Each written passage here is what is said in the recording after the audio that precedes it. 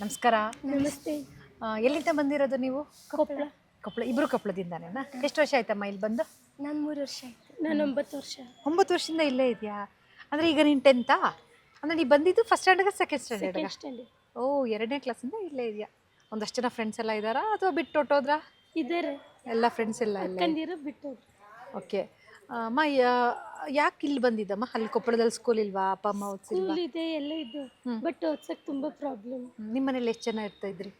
ಮನೆಯಲ್ಲಿ ನಾವು ನಮ್ಮ ತಾಯಿಗೆ 8 ಜನ ಮಕ್ಕಳು. 8 ಜನನಾ? ಎಲ್ಲ ಹೆಣ್ಮಕ್ಳಾ? 7 ಜನ ಹೆಣ್ಮಕ್ಳು, 1 ಗಂಡು. 7 ಜನ ಹೆಣ್ಮಕ್ಳಾ? 7 ಜನ ಹೆಣ್ಮಕ್ಳಲ್ಲಿ ನೀನು ಲಾಸ್ಟ್ ಅವಳ? 4ನೇದವ. 4ನೇದವ್ರ? ಇನ್ನು ಮಿಕ್ಕ ಹೆಣ್ಮಕ್ಳೆಲ್ಲ ಏನು ಮಾಡ್ತಾರೆ?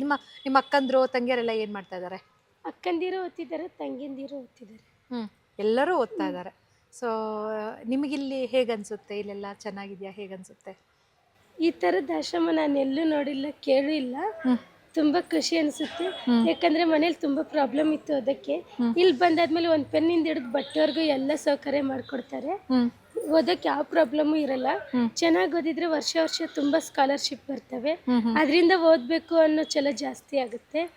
ಓದೋದ್ರ ಕಡೆ ಗಮನ ಕೊಡ್ತೀವಿ. ಈಗ 10th ನೀವು, ಸೊ 9th ಎಷ್ಟು ಪರ್ಸೆಂಟೇಜ್ ಬಂದಿತ್ತು? 88. Very good. ಸೊ 10th ಆದಮೇಲೆ ಏನು ಮಾಡಬೇಕು ಅಂದ್ಕೊಂಡಿದ್ದೀರಿ? ಸೈನ್ಸ್ ತಗೋಬೇಕು. ಓಕೆ, PCMB ತೊಗೊಬೇಕು. PCMB ತೊಗೊಂಡು ಏನು ಮಾಡಬೇಕು? ಟೀಚರ್ ಆಗಬೇಕಾ, ಡಾಕ್ಟರ್ ಆಗಬೇಕಾ, ಇಂಜಿನಿಯರ್ ಆಗಬೇಕಾ, ಏನಾಗಬೇಕು ಅಂದ್ಕೊಂಡಿದ್ದೀರಿ? District collector. Oh, super super, fantastic. So ನೀವು ಡಿಸ್ಟ್ರಿಕ್ಟ್ ಕಲೆಕ್ಟರ್ ಆಗಬೇಕಂದ್ರೆ ಇನ್ನೊಂದಷ್ಟು ಚೆನ್ನಾಗಿ ಓದಿ ನಿಮ್ಮ ಥರಂಥ ಹೆಣ್ಮಕ್ಳಿಗೆ ಎಲ್ಲರಿಗೂ ಸಹಾಯ ಮಾಡ್ಕೊಂಡು ಹೋಗಿ ಅವರು ಚೆನ್ನಾಗಿ ಓದಲಿ.